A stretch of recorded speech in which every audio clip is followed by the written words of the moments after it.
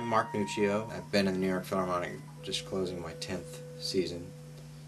Prior to that I spent 9 years in the Pittsburgh Symphony Orchestra and 2 years in the Denver Symphony, 1 year in the Savannah Symphony, and 1 year in the Florida Orchestra in Tampa. I started to make my own reeds in 1985 when I was a graduate student at Northwestern University. And Clark Brody, who was the predecessor to Larry Combs in Chicago, was my reed teacher. I was a little frustrated with the reeds that were available on the market and felt that I was making a better reed than anything that was available.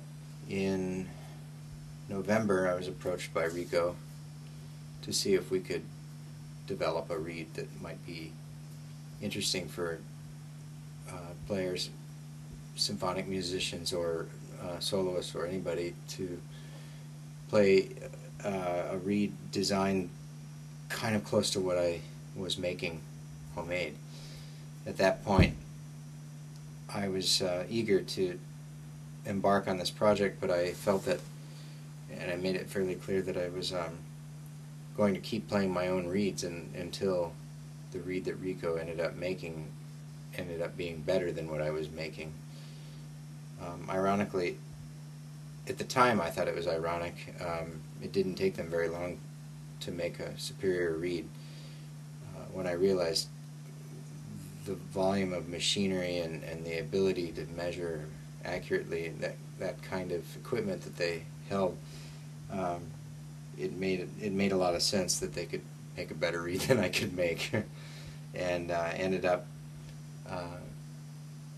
going home with a lot of reeds that I ended up playing the next week in the orchestra. We've tweaked a few things along the way, trying to make them better as we were trying different things. But now I play exclusively on the Rico reed for the soprano clarinet.